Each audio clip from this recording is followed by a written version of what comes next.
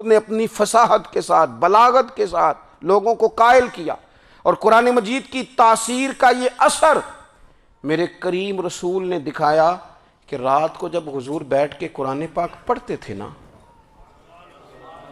جب یاسین والے نبی خود یاسین کی تلاوت کریں،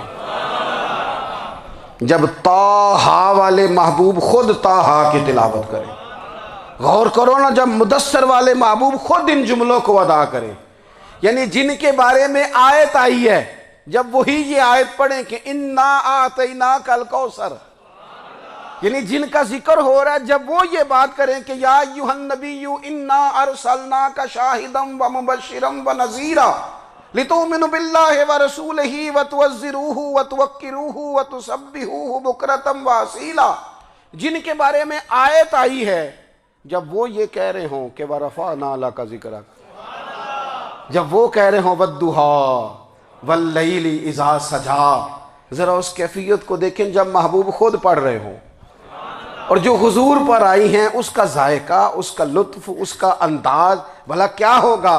حضور جب رات کو پڑھتے تھے نا قرآن پاک، تو جو پکے کافر تھے نا، ابو جہل جیسے لوگ، وہ بھی جھاڑیوں میں چھپ چھپ کے مدینے والے کی تلاوت سنا کرتے تھے، حضور کی تلاوت سنا کرتے تھے۔ یہی بہتر ہے کہ پردوں میں وہ پردہ پوش رہے، وہ اگر پردے ہٹا دے تو کسے ہوش رہے۔ رسول کریم علیہ السلام کی تلاوت کا سننا، قریب جانا، یہ اعجاز ہے۔ حضرت فاروق اعظم کہتے ہیں میں طبیعت کا بڑا ڈاڈا تھا، مزاج کا بڑا سخت تھا، زندگی ہمیشہ ڈٹ کر گزاری، باتوں پر کھڑا رہنا آتا تھا، پر جب میری بہن نے مجھے چند آیتیں سنائی نا تو میں تڑپ ہی گیا۔ کروں آیا سا مار مقامنے نو، ہن مینو مار دے لے چلو، اوے متے عمر دی عمر برباد ہو جائے، جتھے عمر سوار دے لے چلو۔ یہ اعجاز ہے رسول کریم صلی اللہ تعالیٰ علیہ وسلم پر نازل ہونے والی کتاب کا۔ پھر حضور نے خبریں دی، نبی پاک نے خبریں دی، حضور نے فرمایا روم فتح ہوگا، وہ ہوا۔ نبی کریم علیہ السلام نے فرمایا شام فتح ہوگا، تو شام فتح ہوا۔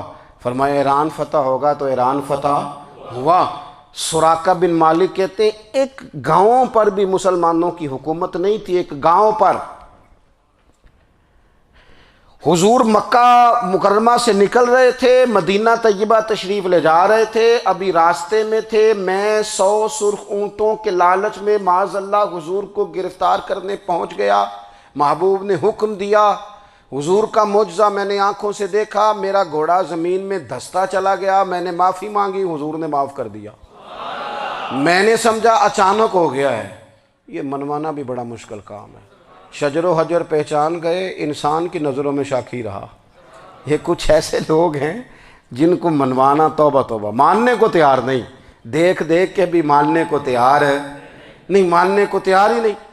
کہتے ہیں کہ میں نے پھر چاہا آگے بڑھنا، تو پھر زمین کے اندر میرے گھوڑے کے پیر دھنسنے لگے، پھر معافی مانگی۔ کریم تیرے معاف کرنے کی ادا پہ بھی قربان جائیں۔ یہ نہیں فرمایا کہ تو بار بار یوں ہی کرتا ہے، فرمایا معافی مانگتا ہے، جا میں نے معاف کیا۔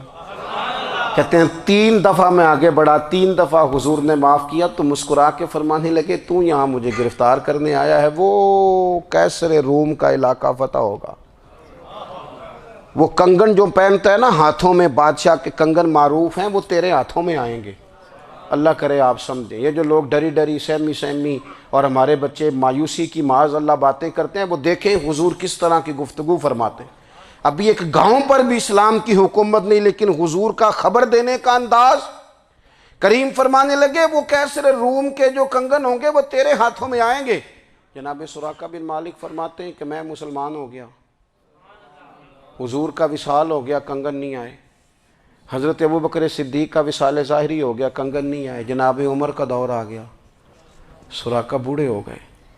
کوئی بندہ پوچھتا نا کہ اب تو عمر ڈھل گئی ہے، زندگی کا پتہ نہیں، کہنے لگے نہیں میں نہیں جاتا، جب تک کنگن نہیں آتے اسرائیل کوئی نہیں آئیں گے، کیونکہ ساڈے نبی دی زبان ساڈے واسطے قرآن، جو دن کو کہہ دیا دن ہے تو دن نکل آیا۔ جو شب کو کہہ دیا شب ہے تو رات ہو کے رہی، اور خدا نے ان کی زبان کو وہ اختیار دیا جو نکلی منہ سے ان کے وہ بات ہو کے رہی۔ اور فاضل بریلوی کا تو انداز ہی پھر انوکھا ہے نا، وہ تو کہتے ہیں وہ زبان جس کو سب کن کی کنجی کہے، جس کو سب کن کی کنجی کہیں، اس کی نافذ حکومت پہ لاکھوں سلام۔ کہنے لگے نہیں آتے حضرت اسرائیل، فکر نہ کرو، بوڑھے ہو گئے تھے، نکلنا گھر سے بند کر دیا تھا، حضرت عمر کا دور تھا، کنگن آ گئے۔ حضرت فاروق اعظم نے ان کے پوتوں سے، نواسوں سے، بچوں سے کہا جاؤ بلا کے لاؤ، کہا دادا جان بوڑھے ہیں، فرمایا تم کان میں کہہ دینا کنگن آ گئے، پھر تم دیکھنا تو صحیح۔ پھر حضرت سراقہ آئے، حضور نے جو خبریں دیں، نبی پاک علیہ السلام نے جو گزشتہ قوموں کے احوال بیان کیے، اور پھر میرے نبی پاک علیہ السلام نا دنیا میں عزتیں دینے آئے، عزتیں۔ یہ مزاج ہمیں کم کرنا چاہیے، یہ جو ہم ساری زندگی اس کام میں لگا دیتے نا، کسی کو نیچا کیسے دکھانا ہے، یہ انداز حضور نے نہیں ہمیں دیا۔ اب